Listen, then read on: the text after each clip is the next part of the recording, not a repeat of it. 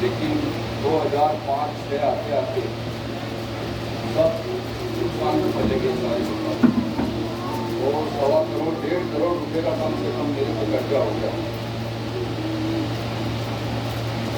एक समय ऐसा आया कि सब कुछ खत्म हो गया और मेरे पास 10 रुपये की जेब में नहीं बची कि मैं ऑटो या टेम्पो में बैठ के चले।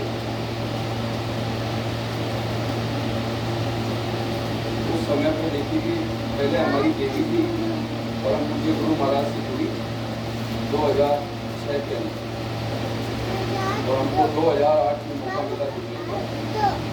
तब मैं मथुरा गया तो जो महाराज जी के साथ गुरु महाराज की कुटिया के बाहर बैठते थे रोहितास जी यादव इंजीनियर साहब, तब वो मेरे को मिले तो मैंने अपनी सारी बात बताई। तब रोहितास जी यादव साहब इंजीनियर साहब ने बोला, बोले संतोरा गुरु महाराज का हाथ पकड़ ले। बोला आप तो क्या पकड़ोगे, ये आपका हाथ पकड़ेंगे। बोले वो पूरे समर्थ हैं, बोले एक का 10 देंगे, कभी रखने वाले नहीं है। बोले जितना भी नुकसान है सब भरपाई कर देगा। तो देखो उस दिन का दिन है, आज का दिन है। उसके बाद फिर जब मैं 9 के अंदर दर्शन करने के लिए गुरु महाराज का गया तो मेरी बहन अजमेर से, वो क्योंकि नामदान नहीं थी उस समय पर, वो मेरे साथ ही हम बस से उतर के जाते ही हमने सोचा पहले गुरु महाराज से दर्शन करना, महाराज जी से भी मिलना था हमको। तो जाते मेरे 10 रुपये सेवा के निकाले। नानक भाई नीचे बैठे, गुरु महाराज बहन के मिलाजे हुए, जो गुरु महाराज की गाड़ी थी, और ड्राइवर एक उनका ड्राइविंग सीट पर बैठा हुआ। तो मैंने जैसे ही 10 रुपये निकाले तब गुरु महाराज ने मुझे और थोड़ा नजदीक बुलाया, बोले जाओ बच्चों, और उनको हाँ करवाए नानक भाई को, और उनको मेरे के लिए कि भाई इनसे पूछो कि 10 रुपये मुझको सेवा में दे रहे हैं, कॉफी पी सकते हैं। और बहुत बड़ी जोर से डांट मारी गई। तो मैंने तो हाथ जोड़ लिए, वहीं इतनी जोर की डांट मारी और 2-3 बार बोले, पूछो इनसे 10 रुपये में कॉफी पी सकते हैं क्या, समझ नहीं। तो मैं तो वहाँ से निकल लिया, जैसे जैसे जो कुछ निकला नहीं निकला हाथ जोड़ के, और रोहितास जी आपके पास गया, पूरा वाक्य बताया। तब मैंने बोला आपको डांट पड़ गई गुरु महाराज की। अरे बोले डांट नहीं पड़ी, बोले दया दीदी हो। उनको पता है, अंतर्यामी है कि भाई इनको नुकसान लगा, जितनी ज़्यादा सेवा देंगे उतना कई गुना करके लौटा देंगे वापस। उनको तो पुराना अनुभव है। फिर गुरु महाराज ने देखिए, महाराज जी ने गुरु महाराज से मिलाया, ले जाके आंवले की खेत की, तो फिर वंडर सीमेंट में कॉन्ट्रैक्ट चालू करवाया। तो आप देखो वो दिन है, आज का दिन है।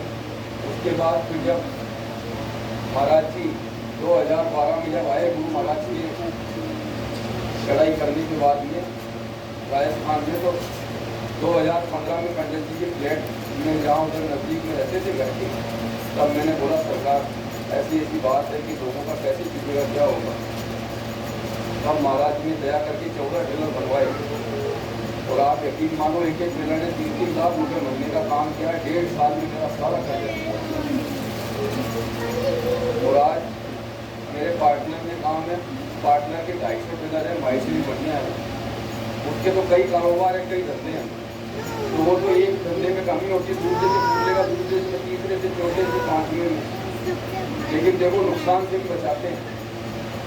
2019 तक मेरे को गाड़ियाँ बनवाई, और 43 टेलर मैंने फिर और नए बनाए। 14 को तो बेच दिया मैंने चला के फ्री कर। 43 टेलर और बनाए मैंने, लेकिन 2020 से मना कर दिए, बोले आप एक भी धंधा नहीं बढ़ाना है। तो आज जिन्होंने उस टाइम पे धंधा बढ़ाया, और हमारे वहाँ के नसीबाबाद के जिन्होंने 150-200 गाड़ी बना ली, लेकिन उनके पास सपोर्ट नहीं, वो आज सारे करोड़ों के करते हैं। तो देखो बरकत भी खूब की जब थी, और जब नुकसान आने की बारी आई तब हमको रोक भी दिया। तो ये तो 1 का 10, 10 का 100, और 100 का 1000, 1000 का 10,000, और लाख के 10 लाख, और 10 लाख के 1 करोड़। पूरे मालिक के पूरे दाता है, सब कुछ देने वाले, और कई गुना करके इन्होंने बताया है। ये मैंने अपने जीवन काल में सारी चीज़ें अनुभव की। इसलिए आप चूको मत, आप LIC इंश्योरेंस कराते हैं, जिससे जो साल के तो उसमें भी 60-70-80 हज़ार रुपये होता है, वो ये तो देने वाले हैं। सुदामा नगरी जब कुछ चावल के दाने लेके गए, तभी कृष्ण भगवान ने उनके लिए बताई, हमें पहले नहीं बताई। जब उनके दरिद्रता की अवस्था में इतना हाल हो गया, कुछ चावल की पोटली दाने बांध के दिए उनकी पत्नी ने, तब उन्होंने संकोचवश पीछे छुपाया। तब कृष्ण भगवान ने बोले, अरे बोले सखा हमारे लिए क्या भेजा भाभी जी ने, बोले बताओ। तब उन्होंने हाथ से छीन के देखा चावल के दाने। तब उनके लिए बोले कि महल का आदेश दिया, बोले जाओ विश्वकर्मा को कि सुदामा जी के लिए महल का निर्माण करवाया जाए। लेकिन उन्होंने मना कर दिया, बोले यदि मेरा बनेगा तो पहले गांव वालों का भी होगा। तब फिर सुदामा नगरी का कायाकल्प हुआ, सुदामा नगरी बसी और सुदामा जी का वो सब चीज बची। आपके हमारे घर में बहन बेटी बुआ आ जाती है, कोई ब्राह्मण देवता आ जाते हैं, आप हम उनको कभी खाली हाथ नहीं लौटाते। 21-51 121 रुपया देके लौटाते, तो ये तो अनामी महापुरुष है। आपको बोल के बता रहे अरे कि हमको कर्जदार बना लो, मैं ब्याज सूद के मूल सब कुछ लौटा दूंगा। इससे बड़ी और क्या दया दे सकते हैं। गुरु पूर्णिमा के पहले जब जयपुर में आए जय शर्मा दुबई वाले, उनके सामने बोले कि संगत वालों को बता दो सबको कि अगर कुछ लेना है तो पहले देना सीखे।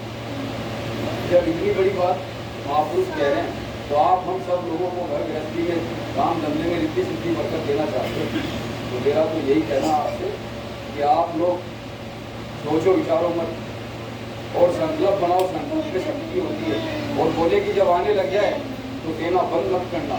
आपने संकल्प बना दिया, आपने 10 रुपये दिए और आपके पास 100 रुपये आने लगे तो आपके पास फिर भी 90 रुपये बचेंगे। बोले जब आने लगेगा तो भी रोकना नहीं, बोले लालच नहीं करना। तो आप सब लोग नहीं है गुरु महाराज जी, तो इस बात को आप देखो कि मुझसे दया ले लो, दया वो दे रहे। आगे ऐसा समय आ रहा कि हम सबको वो ज़्यादा से ज़्यादा ऊंचाइयों पे पहुंचाना चाहते हैं। जय गुरुदेव।